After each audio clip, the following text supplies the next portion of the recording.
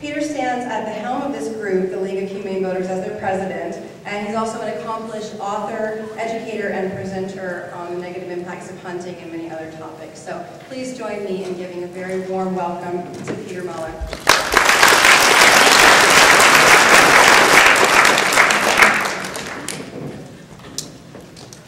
I'd like to thank you all for being here. It's certainly a great opportunity to meet new people, to make renew old reacquaintances, and to learn more about what's going on. My topic today will be what progress are we making in the areas of animal abuse for entertainment. And there's no short answer, so let me go through some specific examples. One area of animal entertainment that's obviously an extreme abuse is our circuses. In circuses, animals, as we all know, and go through the details, are kept in small cages and transported over hundreds of miles, often deprived of basic needs like food, water, shelter, shade, and so on.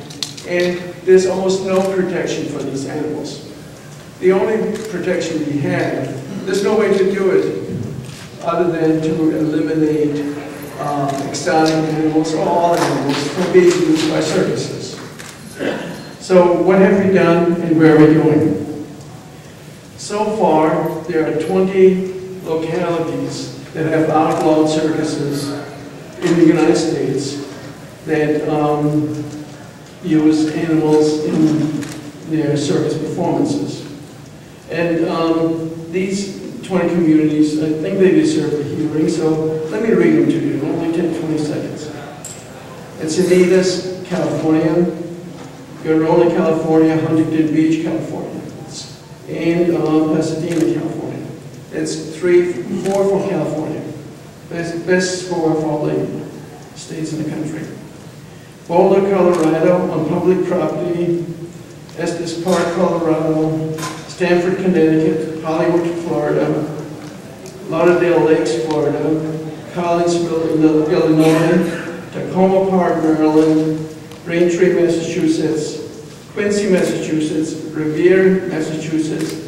Richmond, Missouri. Greenburgh, New York. And Orange County, South Carolina. The unincorporated areas of Port Townsend and Redmond, Washington. It's actually a lot more than we had 10 years ago.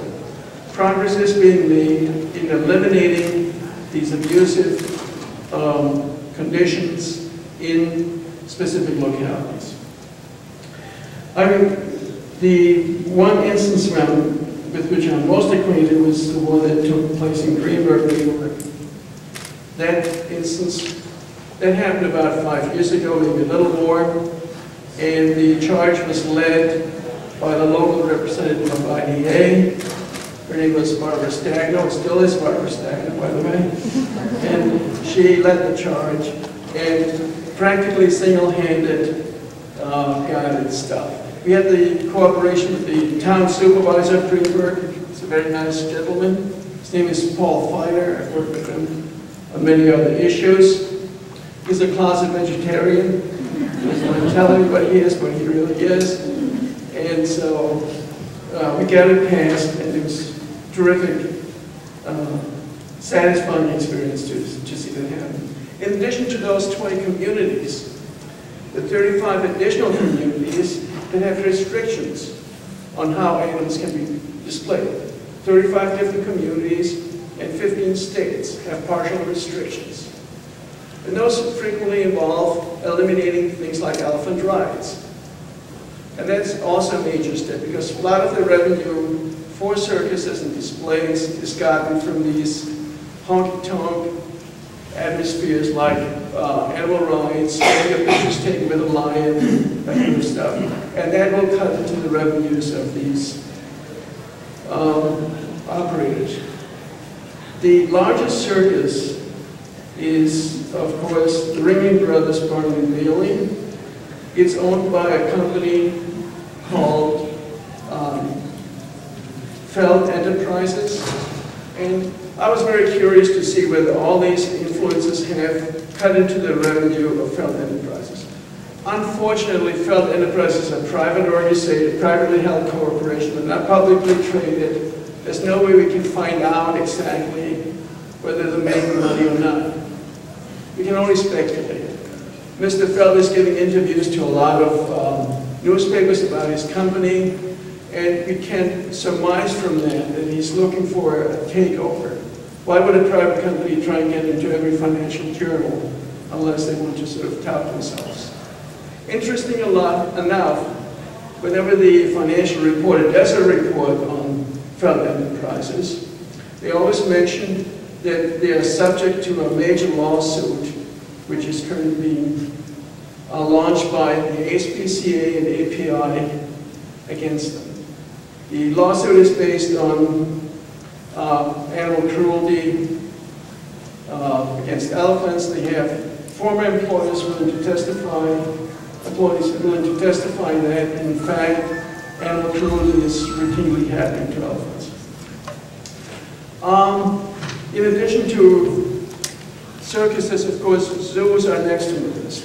And again, elephants are the major focus of the animal protective organizations that are protesting those efforts.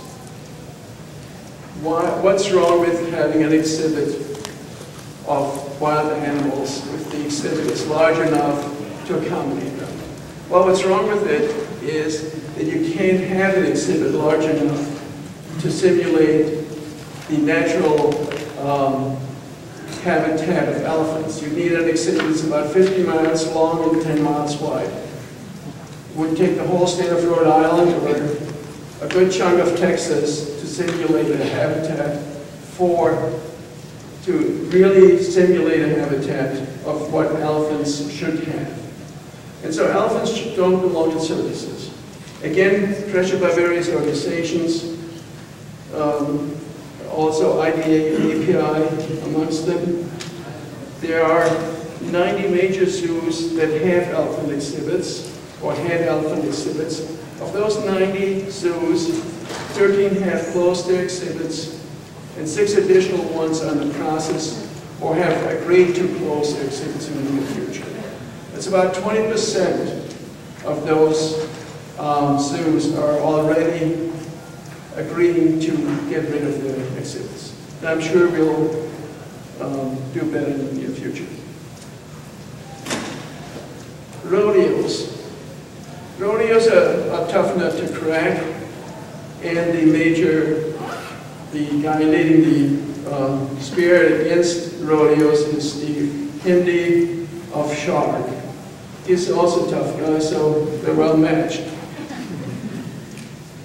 The reason that rodeos are tough to deal with is because there's no law any place in the country that prohibits cruelty to animals within a rodeo. Actually, there is one. There's one in Rhode Island. I don't know how many rodeos there are in Long Island, but there's a law that says that if you've been convicted of cruelty to animals within a rodeo, while performing in a rodeo, you may not be a contestant in the rodeo. And that's the only law existing that deals with rodeos. In fact, 11 states specifically exempt rodeos from animal cruelty. Say, animal cruelty does not apply to rodeos. Utah does one better. The state of Utah says animals performing in rodeos are not really animals. Okay, that's how they think, I guess, in some states. Animals are not animals, okay. But in any case, Steve has been successful in getting things done. He's persuaded several entertainers who were performing in rodeos to no longer do so. He's got Starbucks, which is one of my favorite hangouts, to withdraw sponsorship from rodeo. Coca-Cola has agreed and has stated a policy that they'll withdraw, but they also claim they don't have control over their product company. Now, very quickly, I'd like to talk about hunting and fishing, and could I have the slide up that I asked for? The easiest way to explain what's going on with hunting and fishing is if you look at this slide, and if you look at the top line, you'll see that this is a total U.S. population. These are the number of fishermen. These are the number of hunters. This is the last 10 years, 96, 2001, 2006. This is the last place year for which this has been published. As you see, the population is declining in both absolute numbers and even more quickly in percentages. And it's going down very fast. If I extended this back to 1970, it's down to by about half. It used to be about 20,000 in the 1970s. Percentage used to be around 10–12%. Now we're down to half. When the next publication comes out, it's a U.S. government publication, which will then come out in 2011. We'll be down to, in hunting, we'll be down to below 5%, and probably below 10%. So that's going down very fast. But more important than this is this down here. Hunters and fishermen are getting older. So you say, so what? They're all getting older. But the mean age is getting older.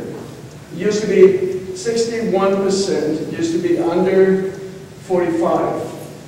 Today, it's 53%. Hunting, over 55 is now 47%. Used to be,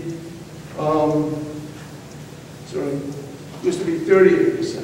So this is going, they're aging very fast. They're aging much faster than the normal population, which means that it's accelerating. They're going down much faster. As the old geezers fall off the tree stands, there's nobody coming in at the bottom to replace them.